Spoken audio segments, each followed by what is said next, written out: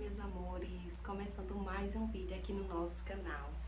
Gostaria muito de pedir para você se inscrever no canal, curtisse, compartilhasse e comentasse também aqui no nosso canal, para que nós poder estar crescendo, né? Então conto muito com a ajuda de vocês, certo?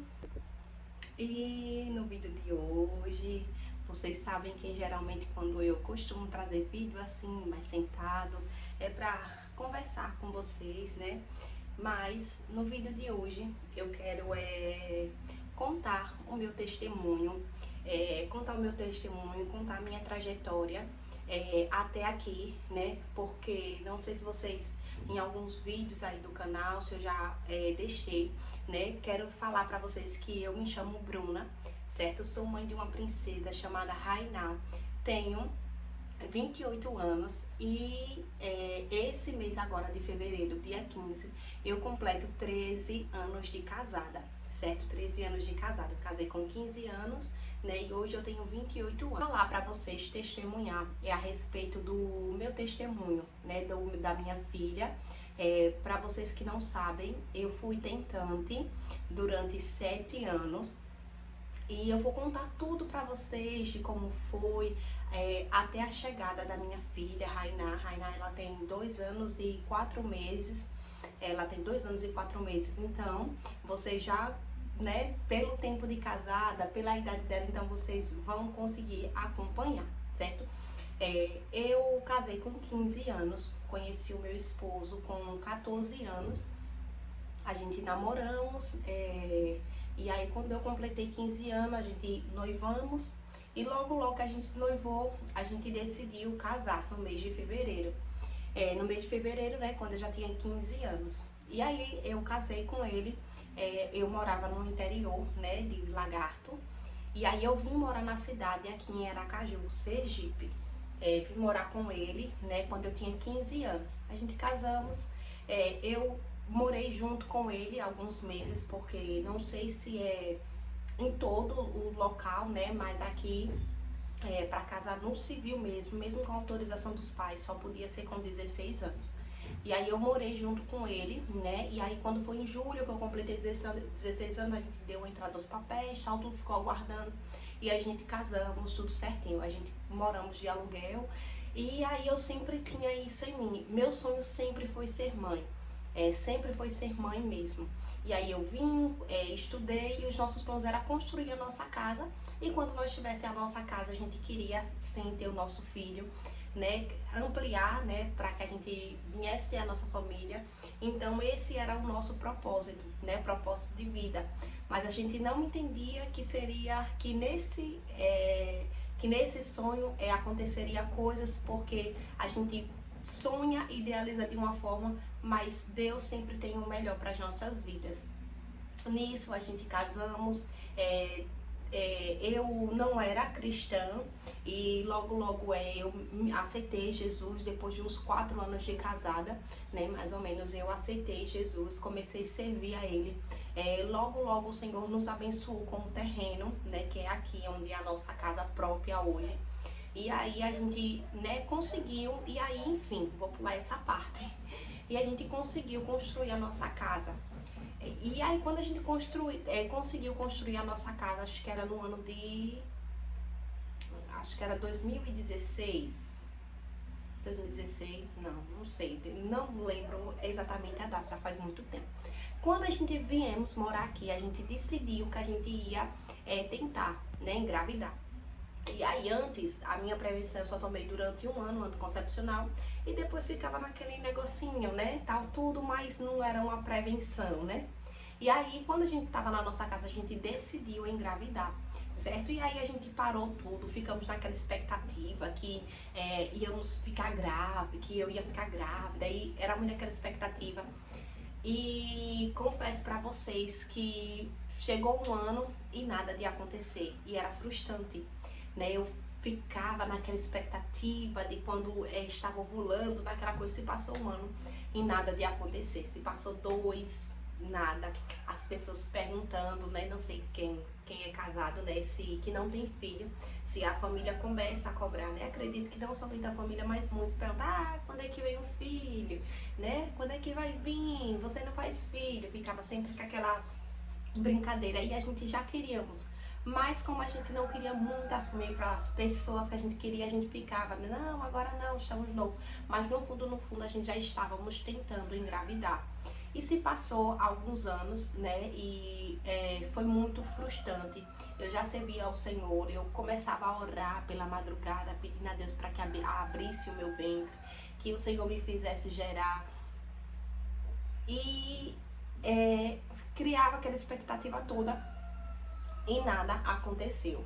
Até que depois de 4 anos tentando engravidar, mas depois de 4 anos de tentativa, eu descobri que estava grávida. Eu descobri que estava grávida, foi a maior felicidade do mundo, né? Porque depois de 4 anos tentando engravidar, e eu não tinha procurado nenhum médico, nem meu esposo, nem nada, a gente só tentávamos mesmo e não investigamos nada durante esses 4 anos, né? Depois de 4 anos, descobri que eu estava grávida, e foi a maior expectativa, a maior felicidade. A gente contou para todo mundo e foi a maior festa, foi muito feliz, né? A gente ficamos muito felizes, muito radiante, agradecemos muito a Deus e comemoramos, e foi uma bênção, né? E aí eu descobri com muito pouquinho tempo, aí eu fui, né, fazer o pré-natal, tudo direitinho, tudo bonitinho, fiz um exame de sangue, agradeci muito a Deus, né? Só que quando eu completei 7 semanas, eu tive um aborto espontâneo, certo? Eu tive um aborto espontâneo, né? Onde eu perdi o meu bebezinho. E eu lembro que nesse dia que aconteceu isso, eu tinha acabado de orar, era mais ou menos em torno de meia-noite, tinha acabado de orar, estava com pouquinhas semanas, né? Estava com 7 semanas. Eu acompanhava pelo aplicativozinho, e aí constava aí que eu estava com 7 semanas. E aí eu lembro que eu tinha acabado de orar e eu fui deitar. Quando eu fui deitar, eu apaguei a luz, e assim que eu deitei, eu senti algo quente descer por mim, né? Senti algo quente, uma coisa assim, não é possível, que eu fiz xixi na roupa. Aí tava tudo escuro, eu procurei meu celular, mas eu já não tava mais. Aí eu, né, topei assim, mas vi meio que molhado. E aí quando eu levantei para acender a luz, que eu olhei, eu tava sangrando muito mesmo, tava, né? Nem sei se pode falar, tava sangrando muito, mas muito mesmo, né? E naquele momento eu acordei meu esposo, e eu só gritava, né? Eu só gritava, meu Deus, por que tá acontecendo isso comigo? Por quê? Né? E começava a chorar e me desesperar. Meu esposo, ele também ficou muito. A gente pegamos o carro, fomos para a maternidade, e chegando lá, eu não fui bem recebida. Não fui, né? Eles me trataram com negligência. Era meu primeiro filho que eu estava esperando. E a médica lá, a enfermeira do plantão, me recebeu mal, tava tudo apagado lá na salinha, né? Onde eu acho que tem algumas mães, alguns bebezinhos, não sei muito bem. E ela me atendeu muito mal. E ela disse que o meu colo do útero estava fechado, mas que não tinha o que fazer, que era para mim esperar só uma ultrassom para detectar. E eles podiam fazer uma ultrassom lá naquela hora, né? Eu tive que eles mandaram eu ir para casa, e eles falaram, né, que eu tinha. E aí eu voltei para casa, eu tive que tentar dormir, mas a gente não se conformando, a gente foi ainda para outra, porque nesse dia, no domingo, eu tinha começado a sair umas gosminhas marrom, um corrimentozinho marrom, né? Tá com aquele corrimentozinho alguns dias, um corrimentozinho marrom saindo, e já tava assim em uma pouquinha quantidade. E voltando, né, eu tinha procurado nesse dia a maternidade no domingo à tarde, foi um domingo. E eu olhei aqui onde eu tinha anotado, foi no ano de 2020, certo? Calma, para não ficar um pouco bagunçado. Eu construí a minha casa no ano de 2016, né? Aí, como eu falei, foram 7 anos de tentativa ao todo. Quando passei 4 anos, aí no ano de 2020 eu descobri a minha gravidez, certo? Vamos lá. E aí eu tinha buscado a maternidade, ela observou, disse que o colo do meu útero estava fechado, que era para me fazer repouso, né? E que não tinha muito o que fazer. E aí, quando foi a noite que eu tive o sangramento, eu fui para outra maternidade que não tinha sido a que eu tinha tido atendimento logo mais cedo. Fui mal atendida e não me conformando, eu fui novamente. Né? Chegando lá, ela fez o toque, falou novamente que o meu colo do útero estava fechado.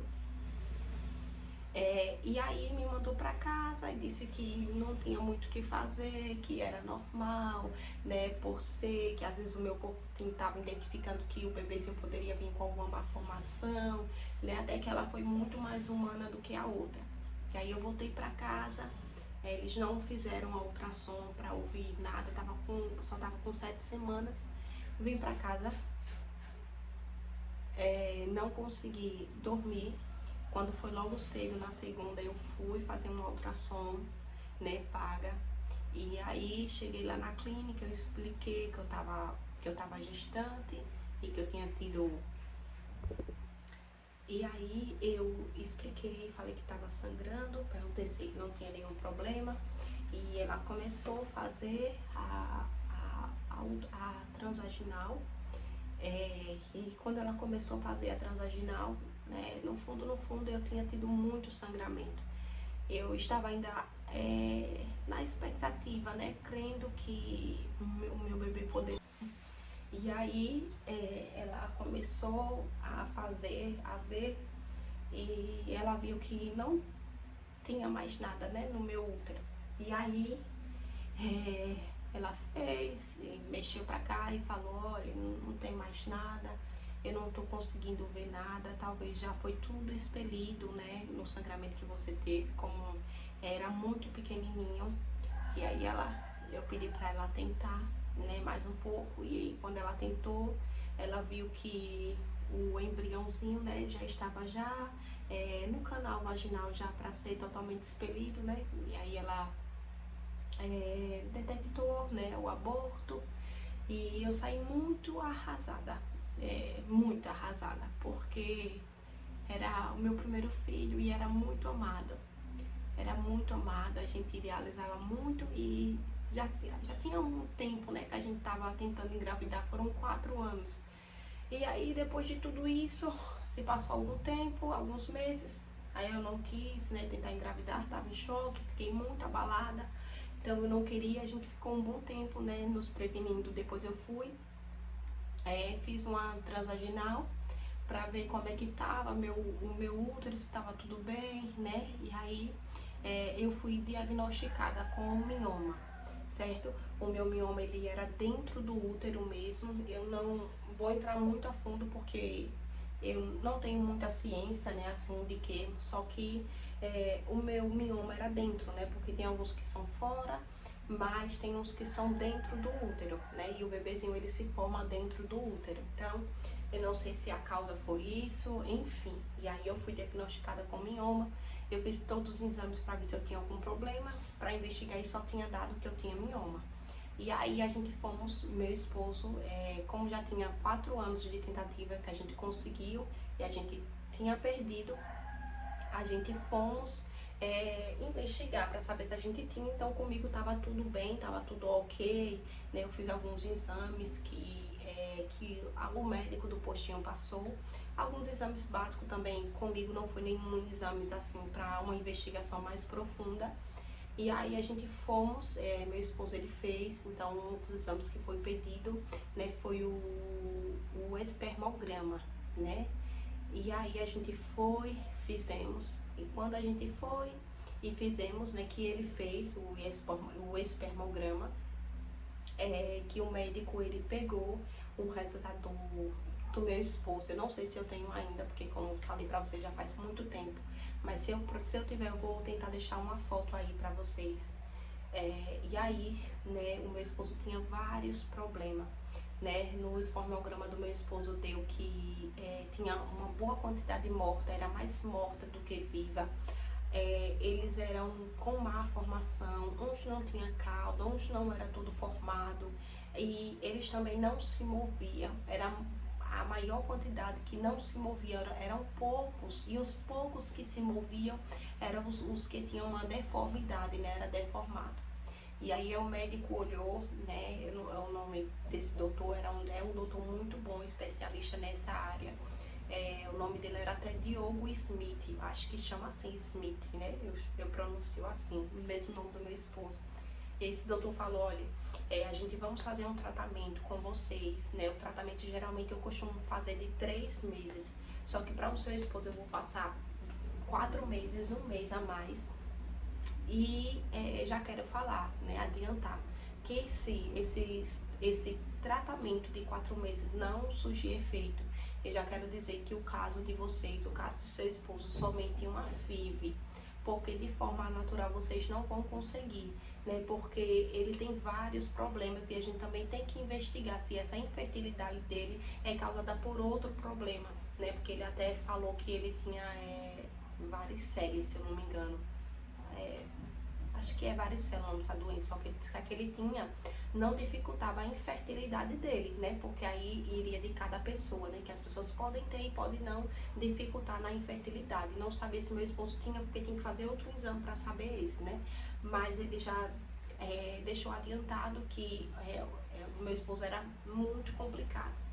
E os exames, e aí ele fez, passou o tratamento, era muitos remédios manipulados, tinha alguns que encontrava na farmácia e era muito difícil de encontrar, mas a gente procuramos muito, conseguimos comprar alguns e mandamos manipular outros.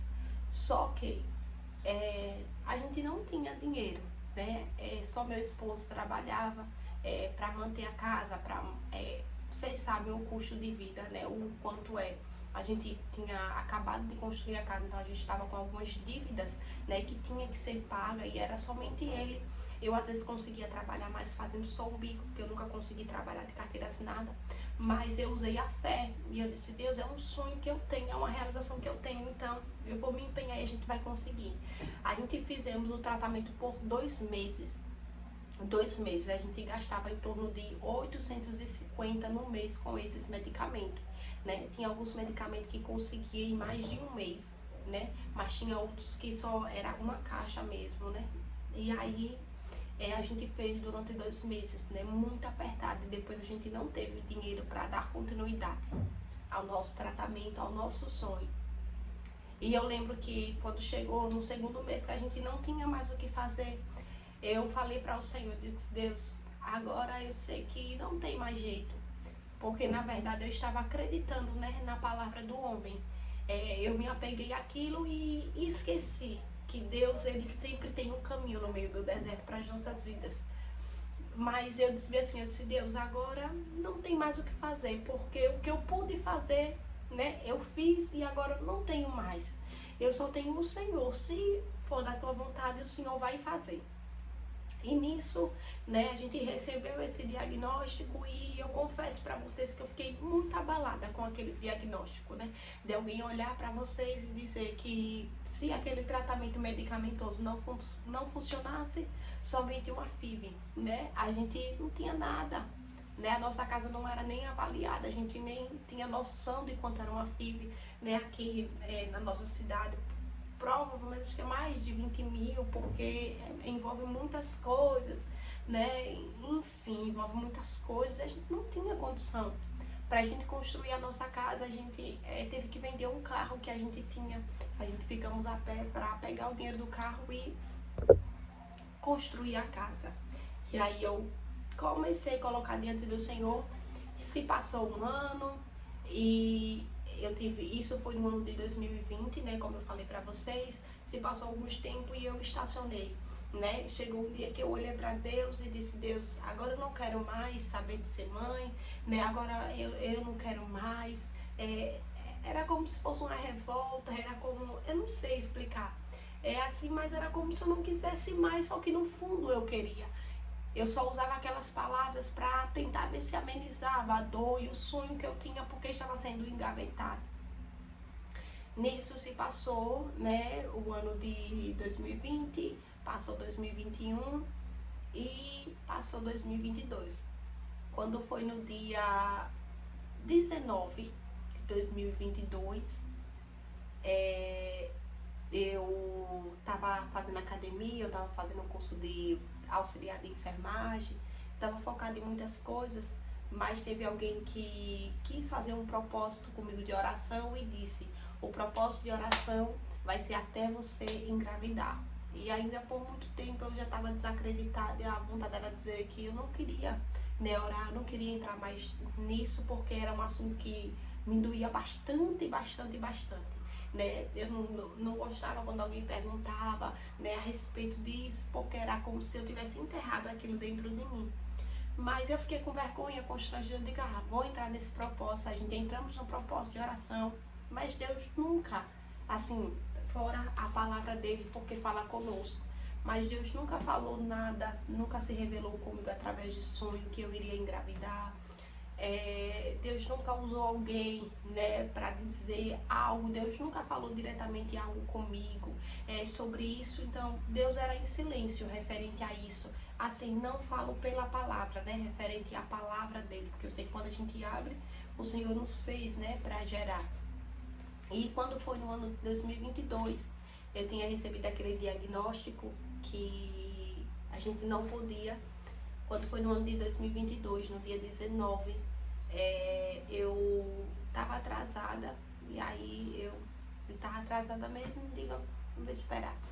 E aí, quando foi no outro dia, eu pedi para minha irmã comprar um teste, e eu comprei o teste, eu tinha acabado de chegar da academia, fui fazer xixi, eu disse, vou aproveitar para fazer o teste. E aí fiz, coloquei para lá, nem fiquei olhando, né? E nisso já tinha se passado 2000.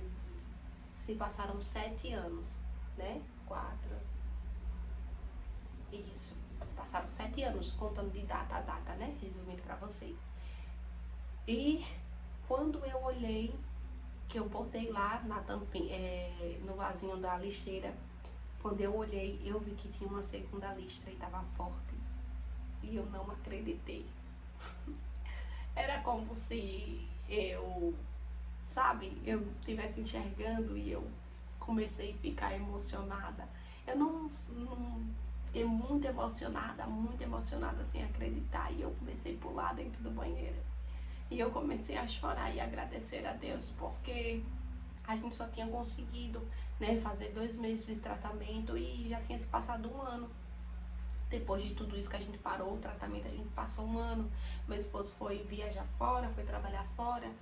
E se passou esse tempo, e depois de 1 ano, quando eu tava em oração, né, regando o meu sonho com oração, mas que eu tava bem assim, sabe, Deus, ele nos concedeu o meu milagre, né, me deu o meu arco-íris para colorir a minha vida. E lembrar de tudo isso é ver o cuidado e a fidelidade de Deus, né, para as nossas vidas. Porque foram 7 anos de tentativa, foram 7 anos de frustração, foram 7 anos de ansiedade, foram 7 anos que eu idealizava o chá revelação, eu idealizava o quartinho, eu idealizava, sempre teve o nome, né? O nosso milagre, ele sempre teve nome, sempre era Rainá, desde a minha primeira gestação, era Rainá.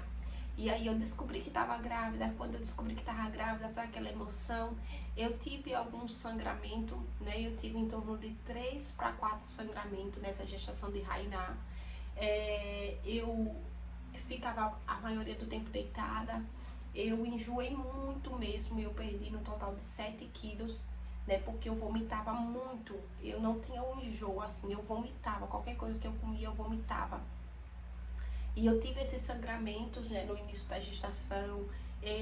ficava muito de repouso para tentar, e aquela preocupação, aquilo tudo. Mas Deus sempre estava falando que estava cuidando, que Rainá tinha sido gerada no altar, que tinha muitas pessoas que estavam em oração, né, por ela, apresentando o meu ventre, pedindo para que o Senhor fizesse. Eu sei que eram muitas pessoas que estavam orando por nós. E eu tenho uma minha amiga, ela orava por Rainá no altar, ela colocava Rainá no altar. E eu tive, né, aqueles sangramentos, mas Rainá foi crescendo, foi se desenvolvendo. Eu lembro que quando eu estava com 18 semanas, o médico não conseguiu escutar os batimentos de Rainá. E aí ele só conseguiu escutar, sei lá o que foi lá, e ele falou que eu tinha risco de ter parto prematuro. Eu só estava com 18 semanas, e ele me mandou fazer uma ultrassom com Doppler, né, de urgência, para ver, né, se tinha com o Doppler. Eu não sei muito bem falar, não sei muito bem para que serve, porque eu tinha um risco de ter Rainá prematura. E desde as minhas 18 semanas, na verdade, desde os 18 da gravidez, né, tinha a questão que eu sou O negativo e meu esposo era positivo. Então nós tínhamos essa incompatibilidade, né, com os tipos sanguíneos. Então eu tinha que ter tomado uma injeção, né, quando eu tive a perda, mas como eu falei para vocês que eu não tive uma assistência, então eu não tomei nada. E aí tinha isso, né, que tinha que ficar investigando, e aí que era um exame que eu tinha que fazer, que era do Combis, né, indireto. E teve outro também fator que eu tenho o traço da anemia falciforme. Então a gente tinha também que ficar investigando, acompanhando, fazendo sempre exames para saber se Rainá poderia nascer com a doença. Então aconteceu tudo isso na gestação, mas eu estava confiando, eu dizia: Deus, foi o Senhor que me deu, eu sei que o Senhor vai completar. Eu perdi o primeiro porque o Senhor me deu, mas o Senhor tomou, mas eu sei que esse o Senhor vai me fazer segurar. E eu orava muito sobre o meu ventre, e eu via o cuidado de Deus, né? E era tanta informação, fazendo os pré-natal, e tinha que fazer, eu lembro que tinha um exame que eu tinha que fazer todo mês, e tinha outro e quando a gravidez foi mais adiante, eu tinha que fazer em 15 em 15, e no final eu já fazia toda semana, né? Porque ele não podia positivar. Se eu não me engano, esse que não podia positivar era outro. E aí teve outro fator também na minha gravidez, que do coágulo, né, que eles pediram para o coagulograma. O meu, ele meu sangue ele não coagulava, né, no tempo certo.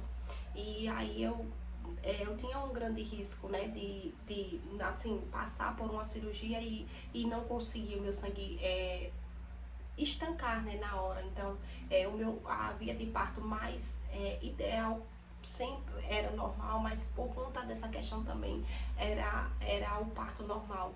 E eu lembro que o meu rosto, ele começava do nada a sangrar, né? Eu tinha até algumas fotos que ele começava a sangrar do nada, não tinha corte, não tinha nada, eu não mexia em espinha, e ele começava a sangrar, que pingava, não sei se era. E foi uma gestação assim, um pouco, né? Mas em tudo eu via o cuidado de Deus. Eu tava a pessoa mais feliz do mundo, né? E graças a Deus a minha filha, os médicos disseram que talvez ela iria nascer prematura, né? Ela tinha risco, mas ela nasceu com 41 semanas, né? 40 semanas e 5 dias, se eu não me engano exatamente, né? De parto induzido, né? Teve algumas intercorrências no meio do parto, mas já tem um relato de parto aí.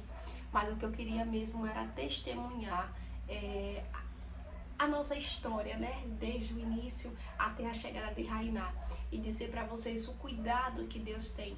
Eu quero dizer através disso que se você tem um sonho, talvez um sonho de ser mãe, né, de gerar, não desista do seu sonho, porque no tempo do Senhor, Deus, ele vai conceder. Assim como o Senhor visitou o meu ventre, eu creio que ele também vai visitar o seu ventre, né? E aquilo que a gente tínhamos tudo para não ser, né, pais, porque os médicos eles falaram, mas a última palavra sempre vem do Senhor. Sempre vem do Senhor. Por algum momento eu duvidei, por algum momento eu questionei, porque nós somos falhos, nós somos seres humanos e às vezes a gente pensa que tem o controle das coisas, mas na verdade a gente não tem. Mas eu também orava muito e pedia muito a Deus. Eu sempre orava, eu sempre profetizava de Deus, meu ventre, ele não é lugar de morte, mas o meu ventre foi feito para gerar vida, e eu profetizava sobre o meu ventre, né? E hoje minha filha nasceu no dia 7 de outubro de 2022, né? A 1h30 da madrugada. Hoje meu bebezinho Milagre tem 2 anos e eu sou a mulher mais feliz, mais realizada do mundo, porque eu sei que foi o Senhor, né, que nos concedeu. Então, o vídeo ficou um pouco longo, mas eu queria relatar para vocês, né, tudo mais explicado. E quero dizer para vocês que qualquer coisa, qualquer dúvida, pode deixar aí nos comentários, que eu estaria à disposição para responder vocês. Então, o vídeo foi esse. Um beijo, tchau, tchau. Até o próximo vídeo. Que Deus abençoe a cada um de vocês.